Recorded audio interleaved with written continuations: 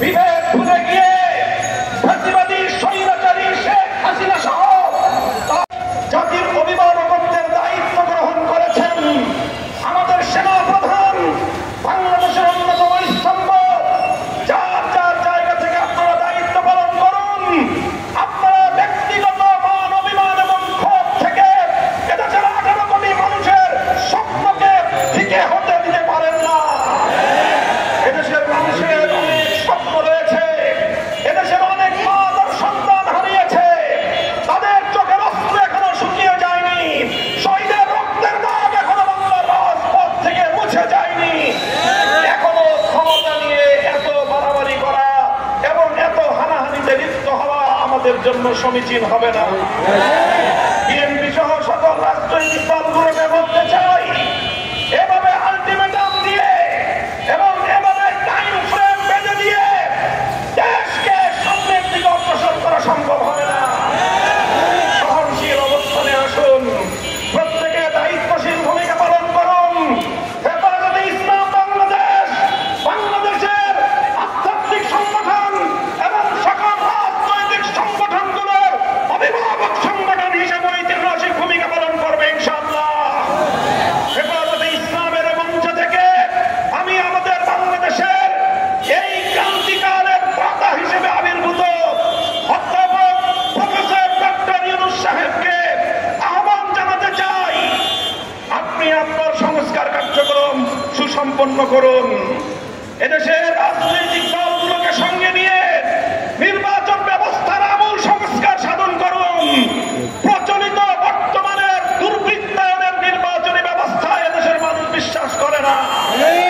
এই দুর্বৃত্তপনা নির্বাচনের মাধ্যমে কিছু দুর্বৃত্তরাই সংসদ সদস্য হতে পারে, ভালো মানুষের সংসদ সদস্য নির্বাচিত হওয়ার কোনো ব্যবস্থা নেই।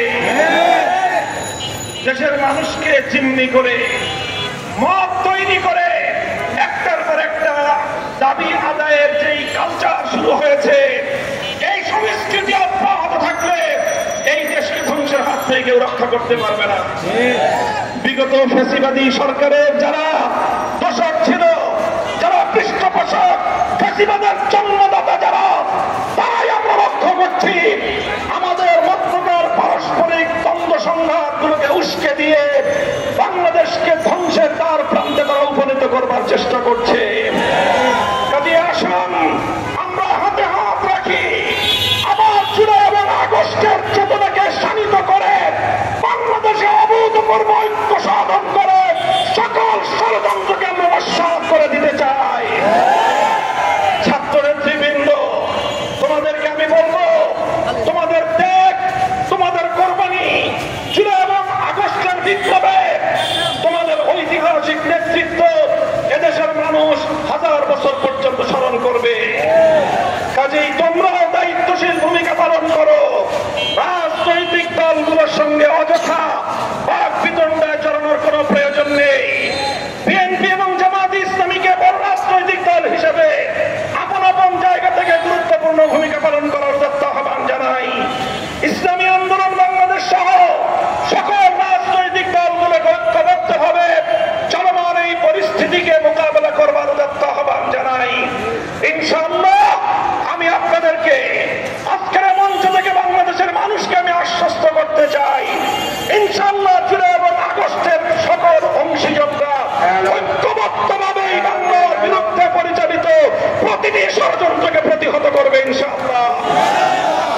প্রফেসর ইউনূস সাহেব ক্ষমতায় আছেন এবং ইনশাআল্লাহ তিনি একটি যৌক্তিক সংস্কার এবং যৌক্তিক সময়ের মধ্যে নির্বাচন পর্যন্ত তিনি ক্ষমতায় থাকবেন এবং তিনি নারী কমিশনের কোন কুপ্রস্তাব বাস্তবায়ন করবার কোন ধরনের দুঃস্বপ্ন তিনি দেখবেন না।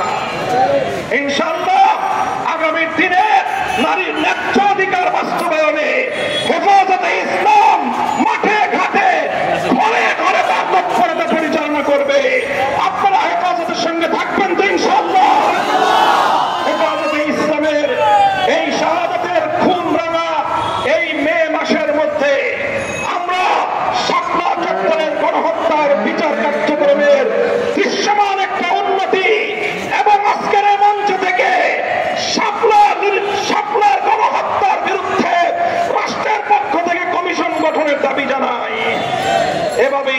আমাদের ঐক্যবদ্ধ হবে আমরা বাংলাদেশকে রক্ষা করব। বাংলাদেশ জিন্দাবাদ, হেফাজতে ইসলাম বাংলাদেশ জিন্দাবাদ। আসসালামু আলাইকুম ওয়া রাহমাতুল্লাহ। সকলে শান্তিপ্রিয়ভাবে বিক্ষোভ মিছিলে অংশগ্রহণ করুন। আমাদের বিক্ষোভ কর্মসূচি পল্টন হয়ে বিজয়নগর পানির ট্যাঙ্কি পর্যন্ত গিয়ে সেখানে সমাপ্ত হবে। বিক্ষোভে নেতৃত্ব দিবেন হেফাজতের সংগ্রামী মহাসচিব আল্লামা সাজিদুর রহমান।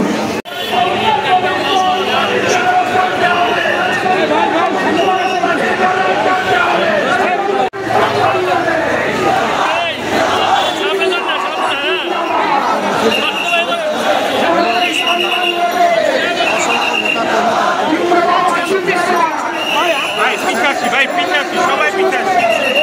ভাই আমরা পিছাচ্ছি ভাই।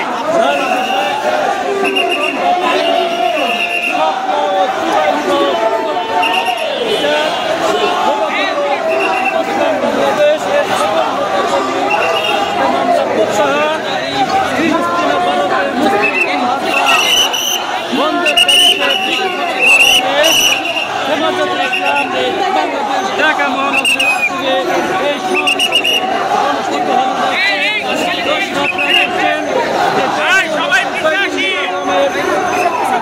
সবাই পিছাচ্ছি, সবাই পাবো।